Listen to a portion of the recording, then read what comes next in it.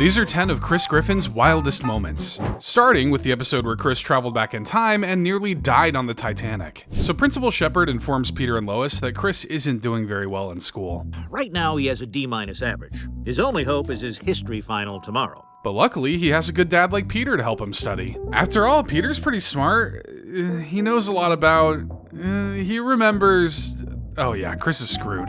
Now I'm gonna help you study by nailing your door shut. That way you'll have no choice but to hit the books. I see where you're coming from, Peter, but you left one big distraction in that room. Dad, it looks like some girl sent you a picture of her privates. Oh crap, Lois, I don't have the phone! Stop sending pictures! Well, the goal was to help Chris out with his memory, but now all he's probably gonna want to do is forget. Wait a minute, that's both her hands! Who the hell is taking the pictures? This family can't go one day without scarring each other, can they? You guys, I've been at this all night and I haven't learned a thing. Don't worry, Chris, the house's resident genius and resident fake genius are here to help you. Who said, "We have nothing to fear but fear itself"?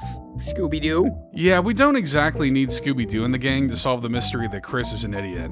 Maybe there's a way to actually show Chris history with my time machine. Oh yeah, that thing never malfunctions. Good plan. So the first stop on their journey is Washington, D.C. in 1803. Ah, the future. This is gonna be a long night, isn't it? Their travels also take them back to the horrific event that was D-Day, along with the slightly better but often forgotten Double D-Day. Is that in poor taste? Who knows, we're just along for the ride. After seeing more pivotal moments in history, Stewie decides to quiz Chris on what he's learned. What is your biggest takeaway from our travels? That you can't take a good nap with keys in your pocket. Okay, so he's right about that, by the way. So he wasn't paying any attention. Don't you know how expensive time travel is? It's cost them like 3 Amazon rainforests to do this. Damn it, Chris, your problem isn't book learning, it's that you're a moron! This whole trip has been a complete waste of time! And that just about breaks the little idiot's heart, who runs off crying, eventually making his way aboard an iconic ocean liner. If I'm such a moron, then how did I get on a fancy boat? Out of all the ships in history to get on, you may have picked the worst one. Well, except for that similarly named Ocean Gate submarine. Maybe it's time to stop naming things with the word Titan in it. So Brian and Stewie sneak aboard and manage to find Chris. We've got to get off this boat. The Titanic was one of the biggest disasters in history. But before they can teleport home, the ship crashes into that iconic iceberg 3 days ahead of schedule. Look, I know Chris is supposed to be learning history, but sometimes you just gotta say screw history for the plot. Damn! The return pad! It's been destroyed! Of course it is. Hope there's a big bag of rice on the ship. So the trio dress up like women and try to make it onto a lifeboat. Well, Stewie's probably doing it for other reasons, and this is just a happy coincidence. Hello there, sir. We are 3 noble women in distress. Sorry, boat's full. Thankfully, Chris is able to use all he's learned on this trip to get them a boat. Get out of my way, you son of a bitch! Well, okay, maybe not. But he does manage to get the 3 of them on board.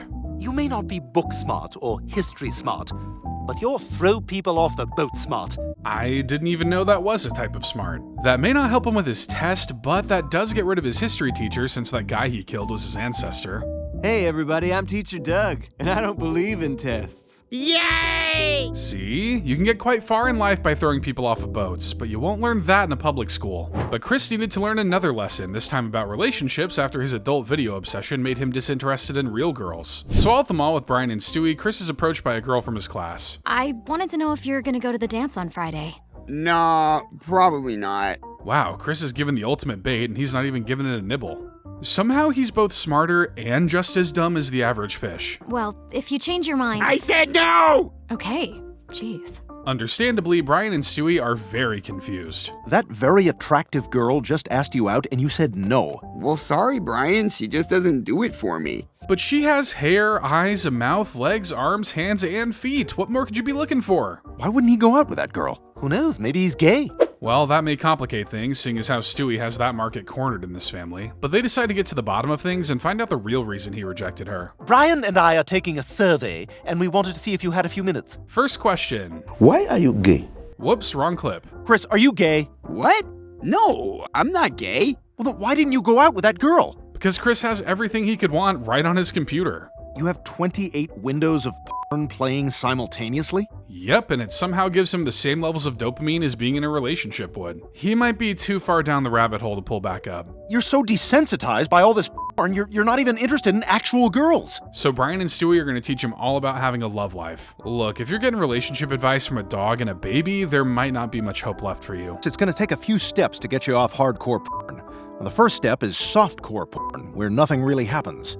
Ah yes, the stuff you'd find back in the day at 2 a.m. on a channel you didn't even know existed. Growing up with a TV in your room used to be like living in the Wild West. No, not that Wild West. But next, Brian tries to take it back another step. So here's a stack of water-stained Playboys that I found in a locker at the town pool bathroom. Neat, just think of all the generations of mildew and human DNA that are living on those. But I don't think Chris grasped the concept of magazines. Wait, I'm clicking on this thumbnail, but the video isn't opening. I swear I've seen a Boomer comic with this exact punchline. Next, they tried the lingerie department to get Chris's imagination going. I guess the one without a head is pretty cool.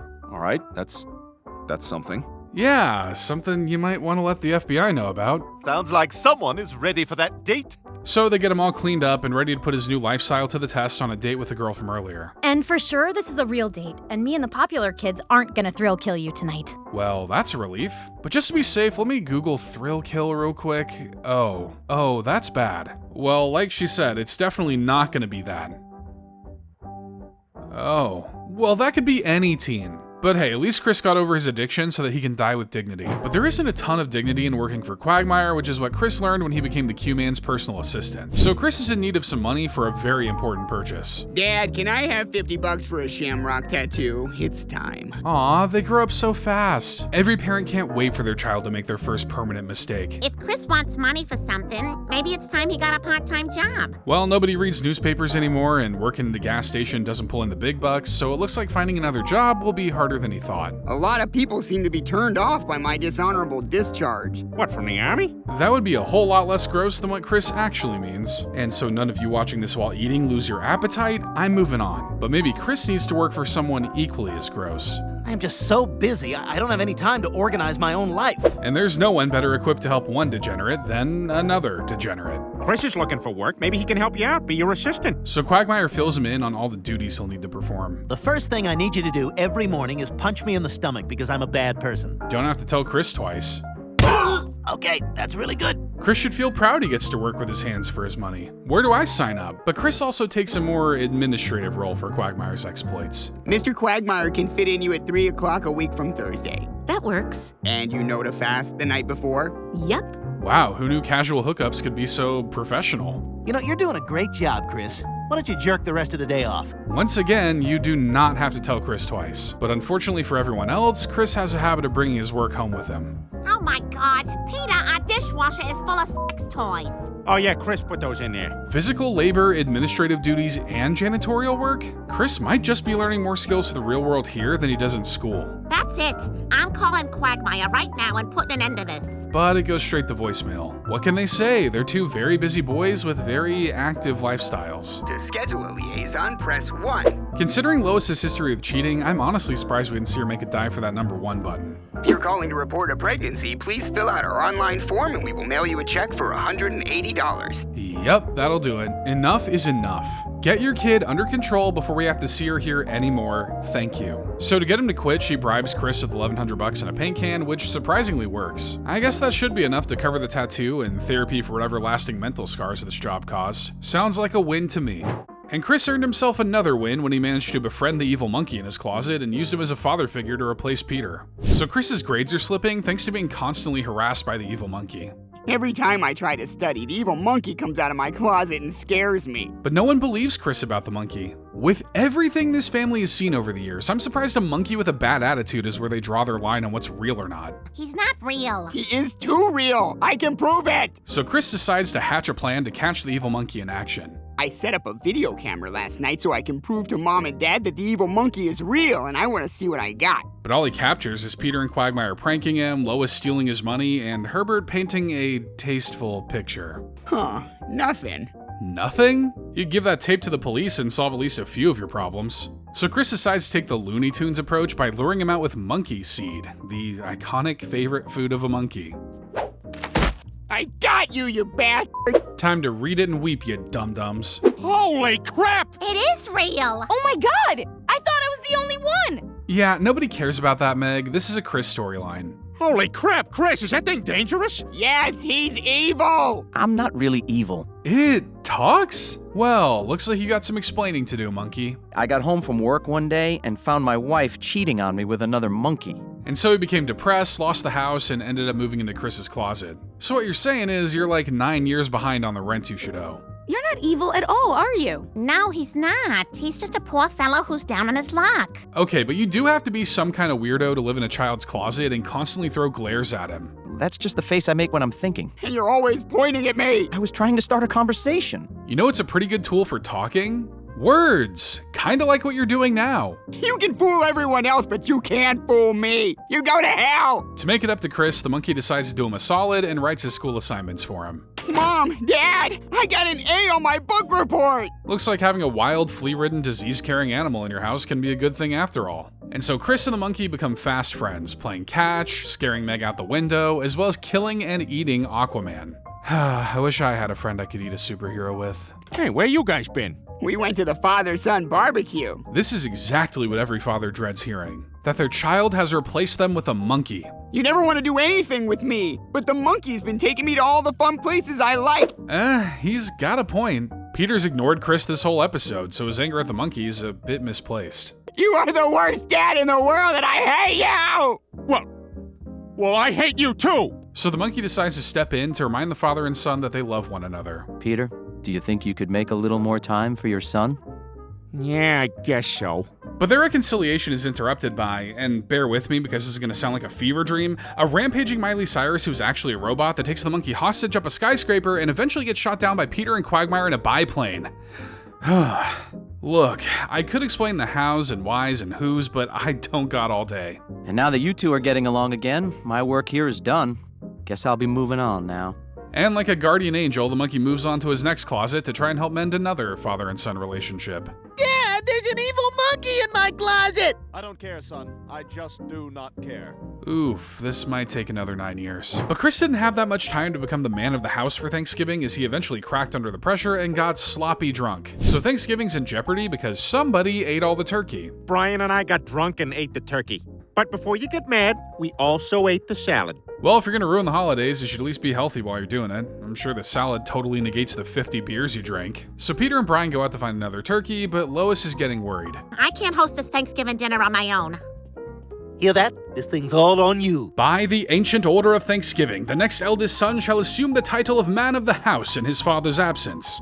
I sentence you to death! That's the holiday spirit. But Stewie explains that with Peter gone, Chris will need to play the role of host, which includes jobs like greeting guests and giving a toast. Boy, yesterday I'm microwaving a cat, today I'm giving a speech. Look, the sweaty clam of several videos ago would have made a joke at the cat's expense here, but I am a changed clam. I've done some growing up, plus I read all your comments, and I realize these cute little guys don't need all my hate. We may not be best friends yet, but they're not Satan's spawn. Anyway, Stewie gets him looking like a politician on an election campaign and sends Chris to greet the guests. Hi, Grandma. I got some down there hair now. Wanna see? Well, that line is definitely a conversation starter, but it's also a conversation ender. Sometimes I pluck them, because I deserve pain.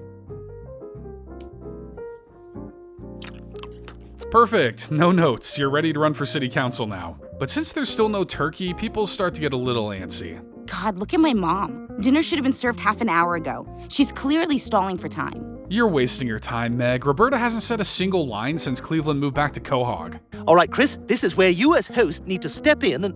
Chris?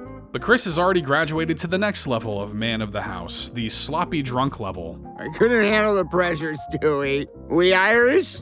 We have a deep sadness. With the guests fed up and expecting a meal, Stewie steps in to give a toast. Well, obviously Peter's not here, so it's fallen to me to take up the mantle. But if we're going by established Family Guy rules, he should just sound like Goo Goos and Gagas to everyone there, except maybe Quagmire. I think he understood him when they were in Paris? I don't know, they kind of just do whatever they want at this point. Lois, we're home and Thanksgiving is saved. Well, they did bring back a turkey. It's just too bad it's a live one. But what the heck, it's the holidays. Let him be the newest member of the... Oh, God! The man of the house killed a turkey for Thanksgiving! You sure did, champ. So now all these psychos can laugh their way into a happy ending. 4 years later, me and Lois divorced and Stewie died. Gobble, gobble. And a gobble gobble to you as well. Thanks for the disturbing Thanksgiving visuals. But what's really disturbing is Chris's choice of women, especially the time when he decided to date Lois's lookalike. So Chris returns from school with some great news. I met a girl, Mom. That's wonderful, honey. Well, come on, stud, what's she like? Spit it out. She's really nice and super pretty, and her bicycle seat smells like strawberries. Well, those are the 3 most important things in a good partner. Looks like he's found a keeper. And Chris manages to seal the deal, making her his girlfriend. Remember that girl Lindsay I told you about? Well, I asked her out, and now we are dating. What the, Look at you.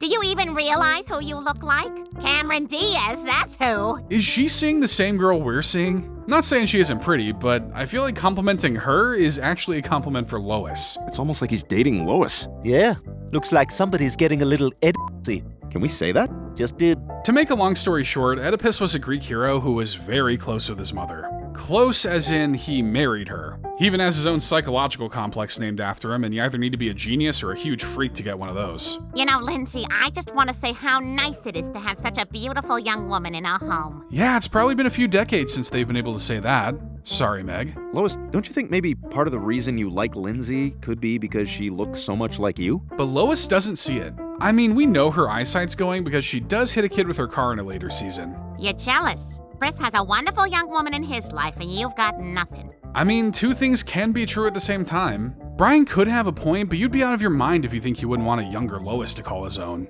And Lois can't wait to gush about her son's new hot girlfriend. You know, everyone said don't smoke during your pregnancy, but I think some of it rubbed off on him because now he's cool. It's true. I heard Chris came out of the womb wearing a leather jacket. Oh my God. So, not only does she look like Lois, but she's an adulterer like her too. After Bonnie shares the sentiment that they both look alike, Lois decides to break the news to Chris. I saw her making out with another boy.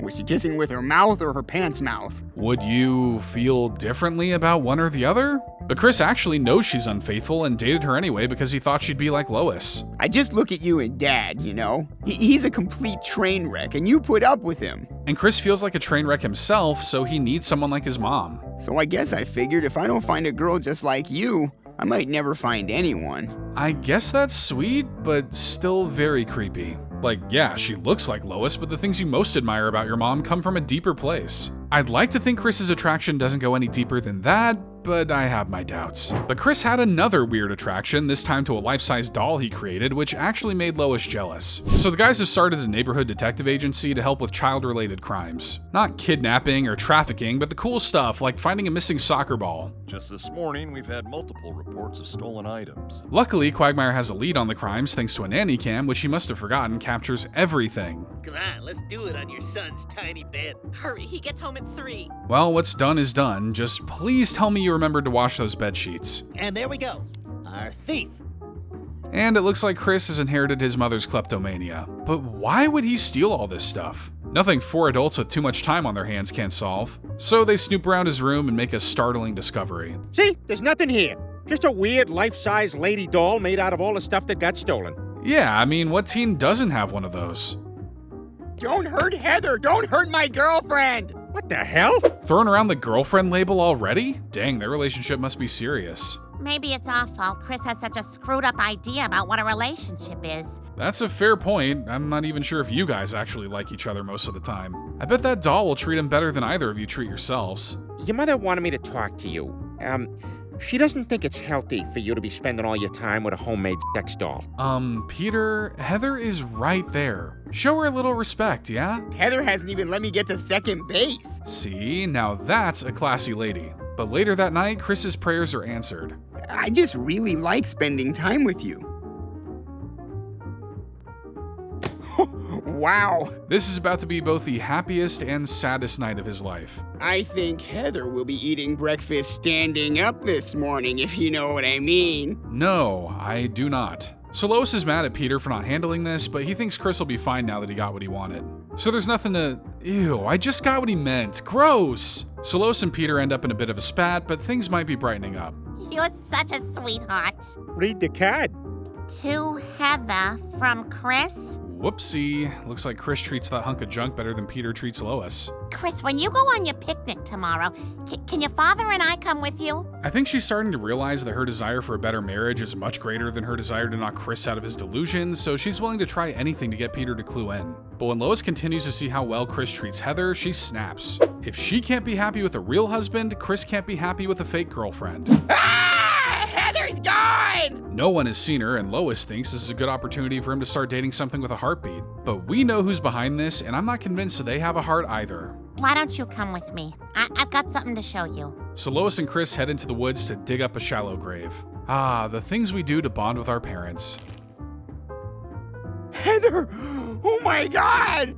I'm sorry, Chris. Yeah, good thing you used that knife to make sure she was really dead. I just want you to know, if you ever treat a real woman the way you treat that doll, you're gonna make her very happy. So all it took was a little murder to make Chris realize he has what it takes to find a girlfriend. Now there's only one thing left to do. Give me that knife, I gotta cut out the baby. Oh my god! It's made of Skittles. Is it disturbing? Absolutely. But what would be more disturbing would be letting a perfectly good bundle of Skittles go to waste. But what's even more disturbing is Chris and Meg making out on Halloween and realizing that it probably wasn't their first time. So it's Halloween, and Chris's choice of costume is, well, certainly a choice. You can't go out dressed like that. Why not? I'm Bill Cosby. While that may be true, it's just a bad call. I mean, you'd also have to be able to do a good impression. Yeah. Oh, that was actually kind of good. Maybe you can... No, it's still not a good idea. There's only one predator you're allowed to dress up as on Halloween, and that's Freddy Krueger. Oh, and I guess the actual predator. You can't just walk around in blackface. It's racist. Now go upstairs and put on that Indian chief costume I bought you. Oh yeah, much better, Lois. Thank God we've got someone like you out here saving the day. Meanwhile, Meg has some Halloween plans of her own. I'm going to my first big high school Halloween party. Oh, that's nice. What are you dressed as? I'm a sweaty cat. Well, it's better than Chris's racist caricatures, at least. So Meg and her friends make it to the party, and they've only got one thing on their minds. Do you think we'll get to make out? These things always end up in makeout sessions. Yeah, but people aren't just gonna want to kiss you now because it's a holiday. This isn't Valentine's Day, or New Year's, or Election Day. If we wear our masks and we don't take them off for the whole party, the boys won't know who we are. Yeah, I get your reasoning, but I don't think a little paper mask can disguise your voice and body build. Ugly bitches! Moo! Harsh, but to be fair, Peter would definitely yell that at Meg regardless of her being in a costume or not. So inside the party, there's a little spin the bottle action going on. Okay, your turn to spin the bottle, guy dressed like Bill Clinton. Yeah, dressed like.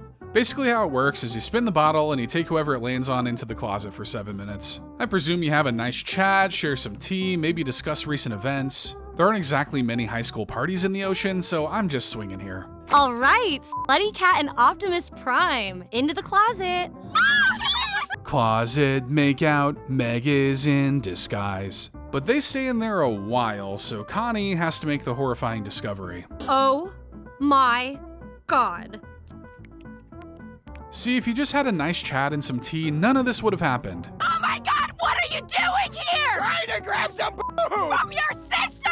Alright, calm down, it's not that bad. We're disgusting! We're a disgrace to our family! Okay, it is that bad. But the two are definitely overselling it because they got caught. This isn't the only time they've done stuff like this. What, you want me to name the other times? Alright, here you go, you sick freaks. Meg mentions it in the episode Hannah Banana. Hey, Chris, you want to practice kissing again? They apparently bathe together as shown in Fresh Air. Chris, our bath is ready. Which means Peter is at least a little aware of this. I don't have the parenting skills necessary to deal with this. And their temporary nanny catches them right before they go too far in Nanny Goats.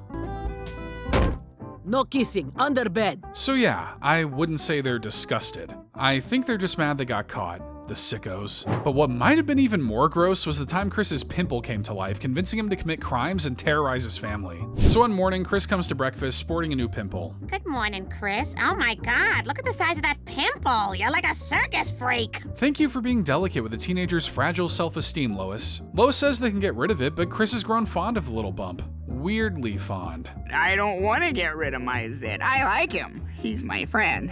His name is Doug. There are some acceptable parts of the body to give names to, but a pimple is not one of them. And no, I won't explain which parts are acceptable, that's for you to figure out. But Doug isn't just any ordinary pimple. Feed me! You can talk? Not only that, but it looks like the little devil on Chris's shoulder is actually on his face. And we're gonna raise some hell! Alright, raise some hell! I don't know about raising hell, but judging by Herbert's expression, something is certainly being raised. Look, sometimes you see an easy layup and you just gotta take it. Peter, I'm getting a little worried about Chris. All he does lately is sit alone in his room talking to that zit. I'd see this as a little victory, Lois. There are plenty of worse things a teen boy could be doing in his room alone. But it turns out that zit may actually be a bad influence.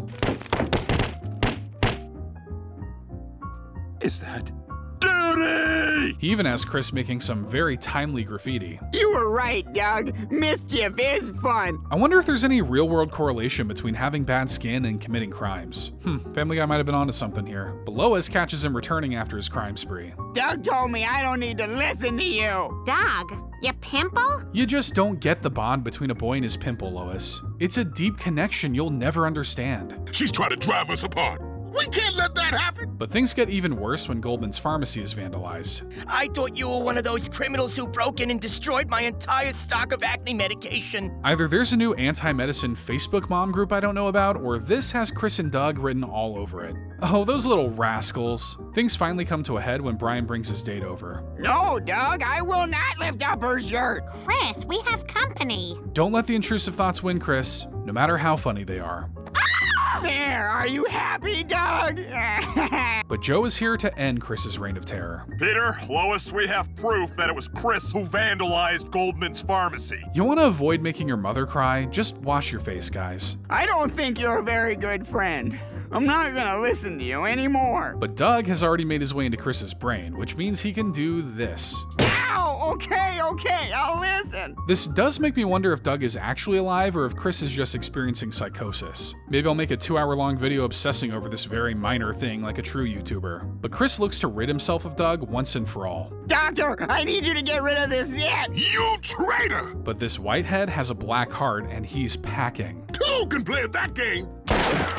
This zit is a psycho, willing to take Chris down with him. Luckily, Chris gives Doug the jab before he pulls the trigger, with whatever invisible fingers Doug has. My Chris psychosis theory is growing stronger and stronger the longer this video goes on.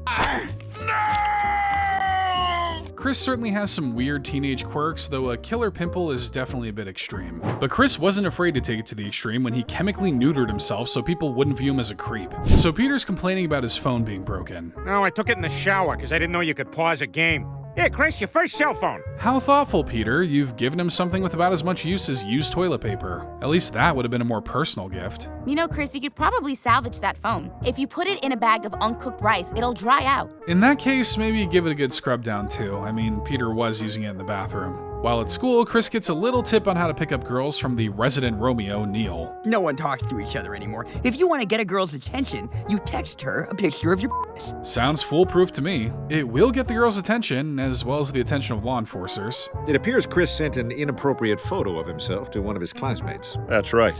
He texted a picture of his peenie. Don't laugh, that's the scientific term. Okay, I can see everybody's mad, but what'd you think? If you're asking for a rating from your parents, your principal, and a police officer, there may be no saving you. I'm sorry, but this makes Chris a sex offender. Yeah, that checks out. But don't worry, at least he's got a friend in this club. The law says that as a sex offender, you have to complete a rehabilitation course. Oh, that sounds awful. And who better to teach a rehabilitation course than Glenn Quagmire? I'll tell you who. Literally anyone. And statistically, you will all be here again, because this has never worked in the history of doing this. Fantastic. That kind of positivity is sure to turn Chris around. However, there is a second option. Well, the law does give you a choice. This or chemical castration. So either attend a little class or take pills to make you never think of anything naughty ever again. Gosh, it's such a hard choice. But Chris decides to go through with the class and even graduates. There he is, Mr. Former Sex Offender. It's weird, but being labeled a former offender honestly sounds just as bad as just being labeled an offender. That proves to be true because no one wants to be around Chris. I'm sorry, Chris, but you're just gonna have to accept that from now on, people are gonna see you as a sex-crazed pervert. Hey, it seems to work out okay for Quagmire. He has a good job, a ton of friends, and still continues to hook up with women. Maybe people should really be checking their neighborhood offender lists. But there is that second option. Mother, father, I decided to have myself chemically castrated. I know Chris's voice is based on Buffalo Bill from The Silence of the Lambs, but now it's really noticeable. This guy definitely has a basement hole that he lowers lotion into. It puts the off-brand lotion on its skin, or else it gets the hose again. A girl at Bath & Body Works once told me the same thing. I know you think chemical castration is gonna solve your problems, but you have to stop taking those pills. Yeah, even if he's not thinking about anything bad anymore, the whole vibe from him seems infinitely worse. But he does make use of his extra attention. I have managed to redirect that energy into my studies. In fact, today I received the Kaplan Prize in biology. See what he can accomplish now that his hands are free? Or at least his dominant hand. Unless he alternates? And now I've officially thought way too much about what Chris does in his room. Not thinking about sex all the time seems to have allowed Chris to excel in other areas. Like tutoring other kids. Did I walk into the Twilight Zone? Chris is teaching other people? Dang, if this is the result, maybe half of Quahog could benefit from some chemical castration. I had no idea you were such an amazing tutor. So Chris is actually able to make amends with the girl he sent that picture to, sealing the deal with a nice friendly pat on the... He's back. What's happening? I don't know. Someone get me nude art books. I need nude art books. And so Chris is back to being his old, inappropriate self. Hopefully he's learned a lesson from this whole ordeal. I guess chemical castration isn't for everyone. Sure, let's go with that, I guess. But what is for everyone is the Sweaty Clam channel, which you can help support by leaving us a like and subscribing. That way you'll never miss out on more great Family Guy videos like the ones you see on screen right now.